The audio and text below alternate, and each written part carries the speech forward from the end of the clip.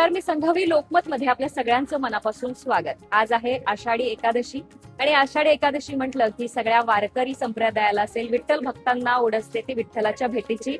आपण पाहिलं तर पंढरपुरामध्ये, जसं महाराष्ट्रात पंढरपुरामध्ये विठ्ठलाची आज आषाढी एकादशी निमित्त विशेष पूजा केली जाते आणि लाखो जे वारकरी आहेत, विठ्ठल भक्त आहेत, ते तिथं उपस्थित राहतात। अगदी त्याच पद्धतीनं गोव्यात सुद्धा आषाढी एकादशी मोठ्या थाटामाटात आणि उत्साहात आनंदात साजरी केली जाते। आता आपण आहोत ते पणजीतल्या ताळगाव मधल्या श्री विठ्ठल मंदिरामध्ये।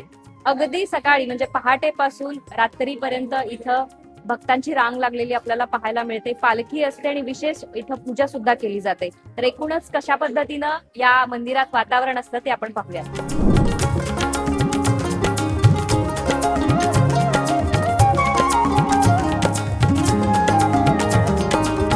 महायोगपीठे तटे भीमरथ्या वरम पुंडरीकाय ध्यातो मुनींद्रे समागत तिष्ठन्दम आनंदगंधम परब्रह्मलिंगम भजे पांडुरंगम। युगे 28 युग जो काय पंढरपुरामध्ये उभा असा हा विठ्ठलपंत आणि या विठ्ठलपंतांची ही आषाढी एकादशी।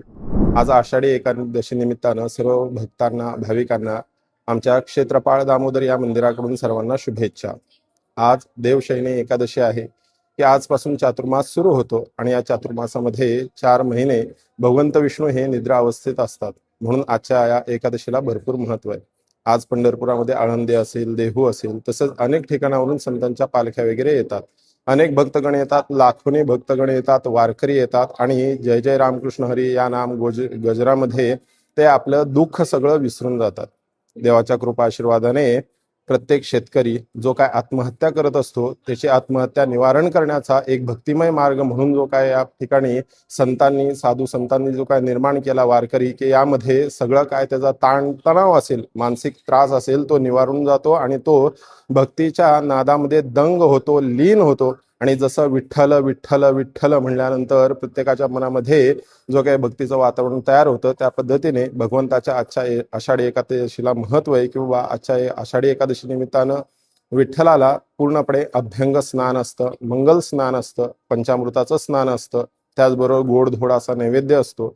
उपवासाचे जे काय पदार्थ असतात, जसं की फराळामध्ये खिचडी असेल, त्याचबरोबर जे काय फळं असतील, दूध असेल, लोणे असेल, याने भगवंताचा नैवेद्य होतो। त्याचबरोबर भगवंताची पालखी असते आणि ज्या ज्या ठिकाणी भगवंताची मंदिरं आहेत विठ्ठलाची, त्या ठिकाणी ही पालखी निघत असते आणि देवाच्या कृपा आशीर्वादाने सगळ्यांना त्या ठिकाणी मनापासून भक्ती पण निर्माण होते आणि त्या भक्तीमध्ये दंग सुद्धा होतात।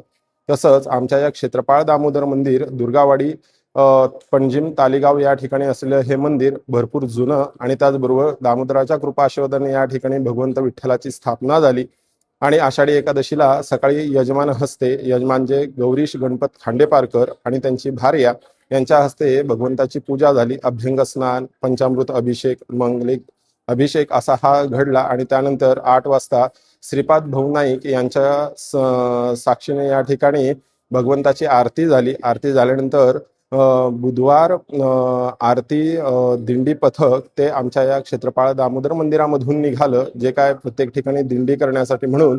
आणि त्याचबरोबर या ठिकाणी 1 वाजता भाविक भक्तांच्या साक्षीने या ठिकाणी भगवंताची आरती झाली।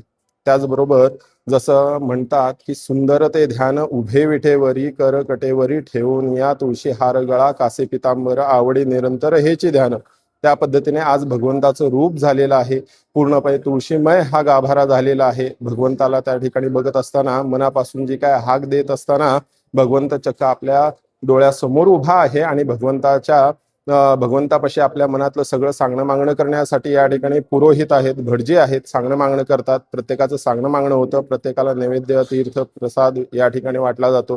त्याचबरोबर भरपूर भाविकांनी या ठिकाणी येऊन दर्शन घेतलं आणि भगवंताच्या या ठिकाणी सेवेमध्ये कुणी जय जय रामकृष्ण हरी म्हणलं, कुणी या ठिकाणी येऊन दर्शन घेऊन कुणी फुलं अर्पण केली, फळं अर्पण केली, तुळशी अर्पण केल्या, कुणी अगरबत्ती दाखवली। मनापासून एखादा भाविक आला काहीही न घेता, परंतु जो काय मनापासून भाविक आलेला आहे, भगवंत प्रत्येकाला दर्शन देतो आणि त्या ठिकाणी सगळ्यांच्या मनोकामना, इच्छाकांक्षा पूर्ण करतो। या पद्धतीनं आज आषाढी एकादशीचं व्रत किंवा जय जय रामकृष्ण हरी हा जे गजर असेल किंवा भगवंताच्या नामस्मरणात आज दंग होणे, हाच आषाढी एकादशीचं महत्व आहे या ठिकाणी।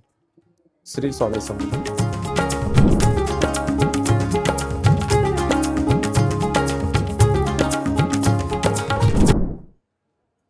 नमस्कार.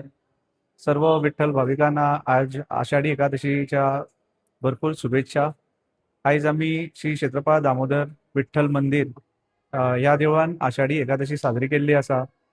सो भरपूर लोकांचो प्रतिसाद गावल्लो आसा. सो आयज आमच्या मंदिरात वेगवेगळे कार्यक्रम आयोजित केल्ले आसा. तशेंच आयज आमची all Goa drawing competition Amar Lion Sports and Cultural Club ह्यांच्यांनी आयोजित केल्ली आसा.